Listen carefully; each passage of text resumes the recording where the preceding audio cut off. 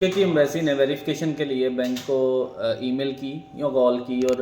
अब बैंक ने उसको रिस्पांस नहीं किया और उसका जो प्रॉब्लम है वो स्टूडेंट को ईमेल आई एम्बेसी की तरफ से कि जी हम आपका जो बैंक है वो हमें रिस्पांस नहीं कर रहा, हमने आपके फाइनेंसिस को वेरीफाई करना है, तो आप अगर 10 दिन के अंदर अंदर आपका बैंक हमें रिस्पांस नहीं करेगा या आपको और को डॉक्यूमेंट दोबारा से नहीं देते, कोई नई बैंक स्टेटमेंट दे दें अगर आपकी वो वैलिड नहीं है, तो हम लोग आपका केस को कंपाइल कर देंगे और उसी पे ही डिसीजन दे देंगे जो आप चीज़ें हमें प्रोवाइड करेंगे। अगर आप रिस्पांस नहीं करेगा आपका बैंक तो हम ये समझेंगे कि आपके पास बैंक स्टेटमेंट नहीं है या वो वेरीफाइबल डॉक्यूमेंट नहीं है, तो हम उसकी बेस पर आपका वीज़ा रिफ्यूज़ ही होना है। उन्होंने ये तो नहीं कहा रिफ्यूज़ होगा, लेकिन उन्होंने कहा जी हम इसको कंसीडर आपकी जो एप्लीकेशन पे पहली इन्फॉर्मेशन है उसको लेंगे और उसके अकॉर्डिंगली डिसाइड कर देंगे। अब इस सूरत में क्या करना चाहिए? इस सूरत में नॉर्मली ऐसे होता नहीं है और एम्बेसी रूटीन में कॉल नहीं करती, एम्बेसी ईमेल करती है बैंक को,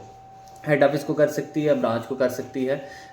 तो इस पे आपने अपनी जो कंसर्न ब्रांच है वहाँ पे जाएं, उनसे पूछें कि आपको कोई ईमेल वगैरह आई है या नहीं, और अगर उनको नहीं आई तो हेड ऑफिस का जो सिस्टम है, कुछ बैंक्स ऐसे हैं जिनकी वेरिफिकेशन होती है हेड ऑफिस के थ्रू है, तो उसको भी आप चेक कर सकते हैं कि वहाँ पे कोई इन्फॉर्मेशन तो नहीं। अगर नहीं है तो फिर आप खुद भी रिप्लाई कर सकते हैं, बैंक से भी रिप्लाई करवा सकते हैं, बैंक से updated bank statement previous dates के से लेके ऑनवर्ड जो आपने पहले जमा करवाई है उसको भी आप वहाँ पे सबमिट कर सकते हैं कि जी बैंक स्टेटमेंट मौजूद है, बैलेंस मौजूद है, बैंक को ईमेल रिसीव नहीं हुई, तो आप इसको या तो दोबारा वेरिफिकेशन के लिए भेज दें या आप इसको देख लें अभी दोबारा उसको अटैच कर दें। तो ये ऑप्शंस अवेलेबल हैं, आप इस पर अपना जो केस है उसको बचा सकते हैं, क्योंकि कोई टेक्निकल एरर या ह्यूमन एरर की वजह से अगर वो ईमेल रिसीव नहीं हुई है तो कहीं डिलीट हो गई है, स्पैम में चली गई है, तो इस तरह की चीज़ों में आपका वीज़ा रिस्क पे है। बैंक को भी फ़र्क नहीं पड़ेगा, एम्बेसी को भी फ़र्क नहीं पड़ेगा। तो ये इन चीज़ों को आपने खुद जाके बैंक से थोड़ा सा पीछे होकर उनके इनके रिस्पांस करवाएं ताकि आपका जो डिसीजन है वो आ जाए, और इस ईमेल का रिस्पांस लाजमी करें, चाहे आप खुद करें या बैंक से करवाएं या बैंक आपको लेटर साथ अटैच करवाएं या बैंक से एक्नॉलेजमेंट अटैच करवा लें, बैंक स्टेटमेंट दोबारा से नहीं लेके,